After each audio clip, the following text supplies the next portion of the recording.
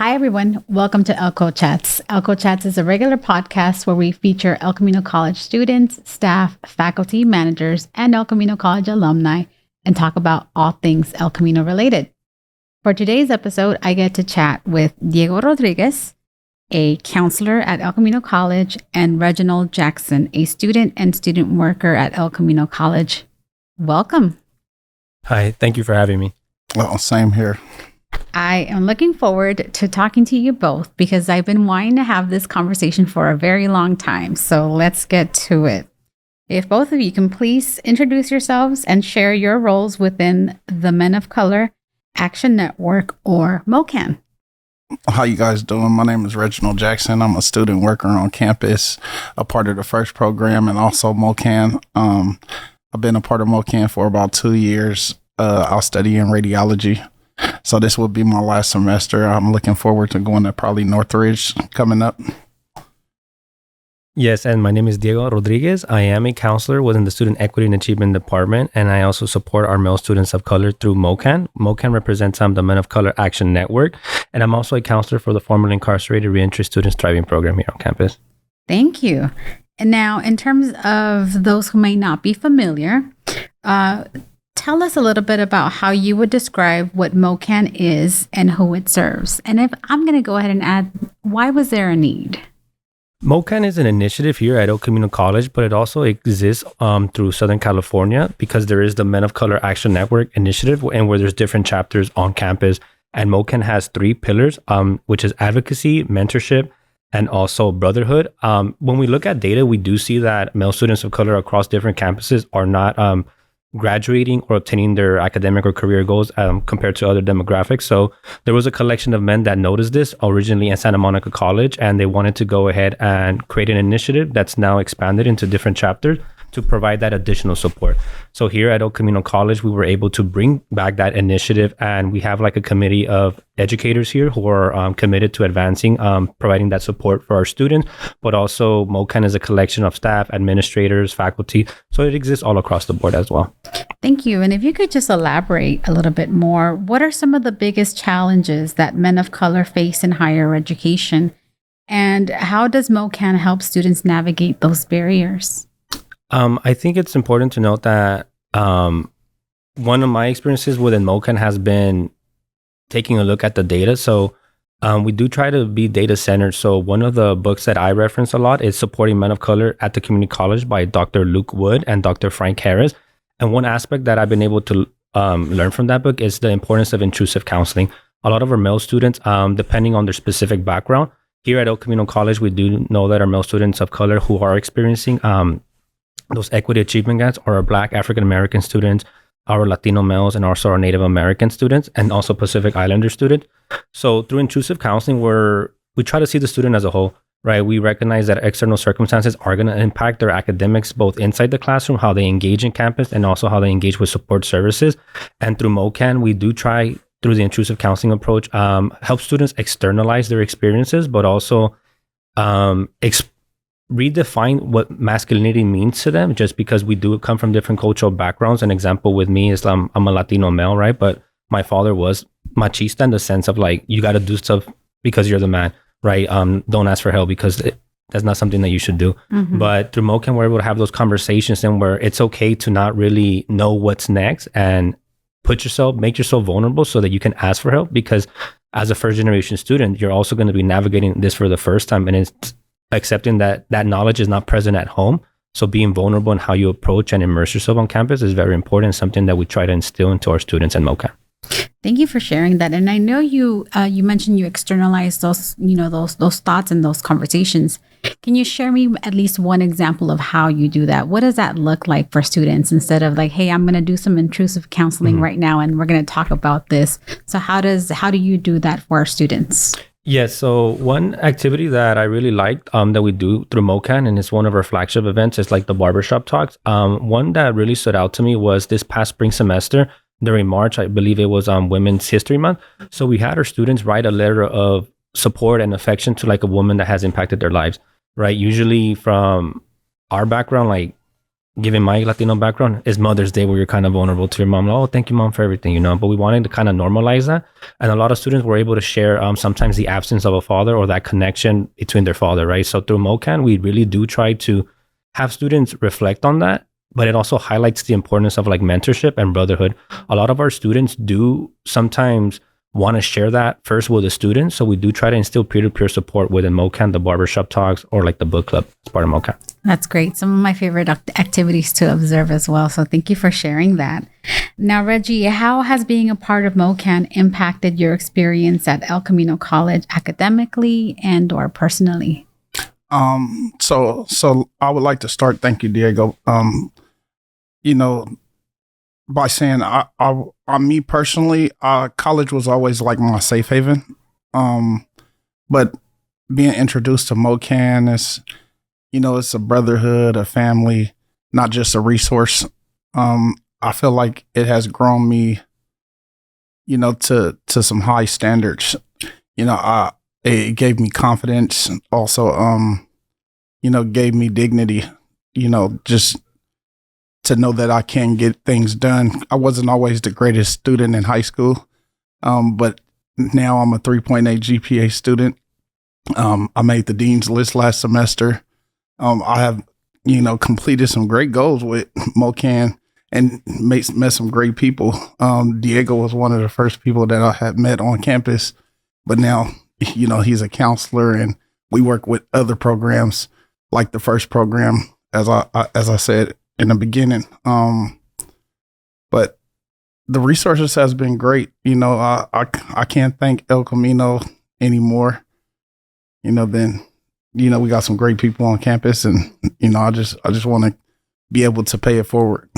I think a key word that stands out to me is brotherhood, right? You come to El Camino College to learn rad tech, for example, but you are getting brotherhood out of it, which is not something that you teach in a classroom. It's a product through your participation with the MOCAN initiative.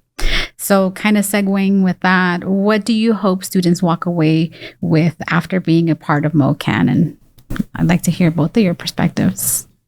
Me personally, you know, like I was saying, I want to pay it forward, you know, because I could see me replacing some of these chairs of the people that, you know, have paved the way for people like myself.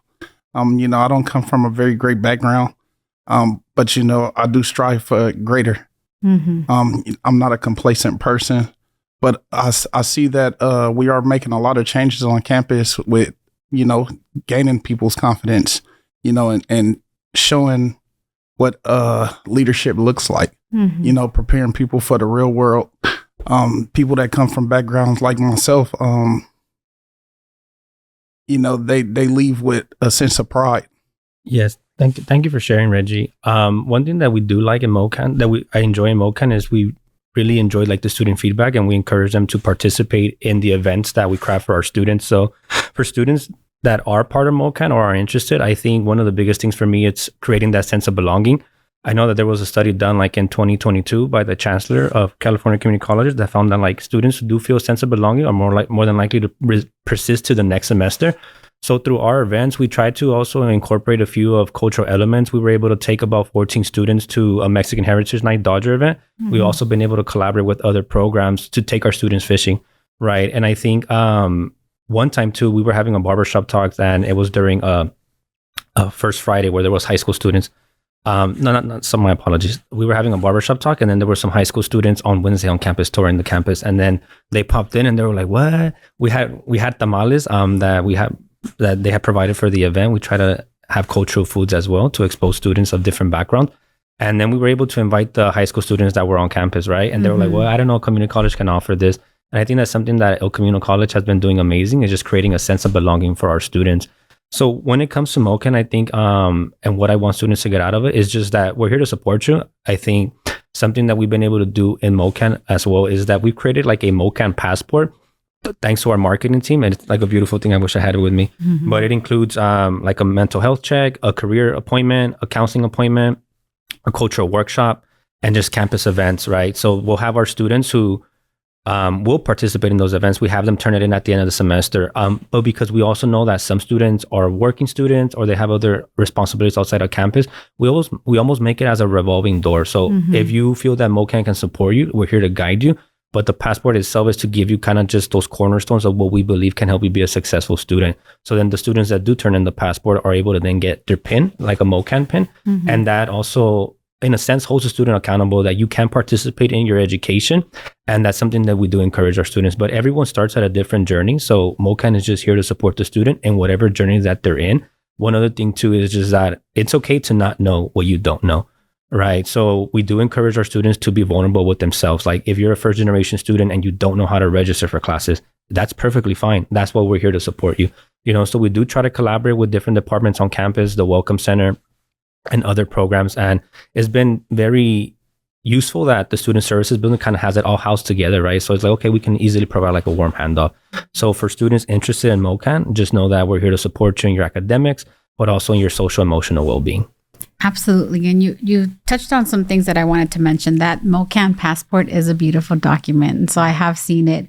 And I love that it is an actual physical, visual, something that students hold and that they're able to use this to navigate the resources. And like you said, you don't know what you don't know. So at the very least, you have this as a guide to get you to those resources.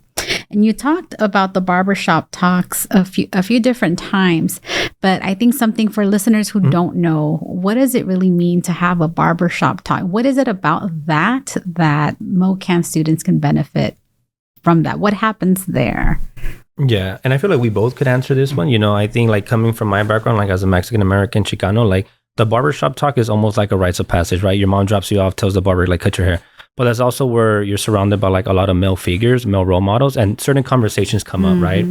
Whether it's about finances, relationships, or just cracking jokes at each other. But we try to have barbershop talks here at El Camino where we provide up to 25 haircuts to our students. And we do partner with local barbers on campus. So we invite them and then we also make them part of the conversation. Most recently, we've invited professors to come and talk into our barbershop talks. So then like that students are able to put faces to other individuals that are here to support them, but also bring up certain topics that they're the experts in. An example is that we had Professor Martin Leiva come and talk to our students about the sociology class and also share about his own resilience and his own backstory. And so that barbershop talk is a event where we bring in those cultural elements of the backgrounds of our students, but also are willing to have those conversations that aren't often had at the household or sometimes had with friends, but inform students that you can have these conversations with your peers here as well. So bring a little bit of home on campus. Yeah. And that's where that brotherhood that you touched on maybe, is started for some individuals. Yes, I've been a part of three barbershop talks.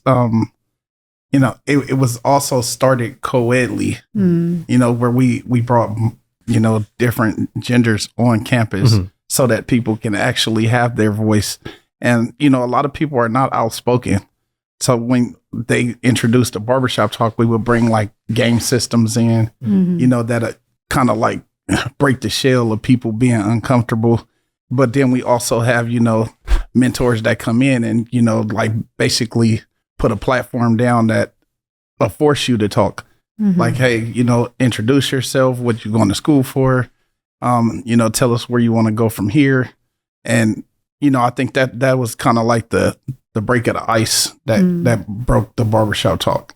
That's awesome. Like I said, I've seen it in action. I'll walk by a room where it's happening and I just see nothing but love coming out of that space. So thank you for the work that you all do behind that. Now for Reggie, for students who might be hesitant about joining or participating with the MOCAN initiative, what would you tell them from your experience? That's one of my biggest things on campus as a student worker and also as a student. Is the resources that are applied to us on campus.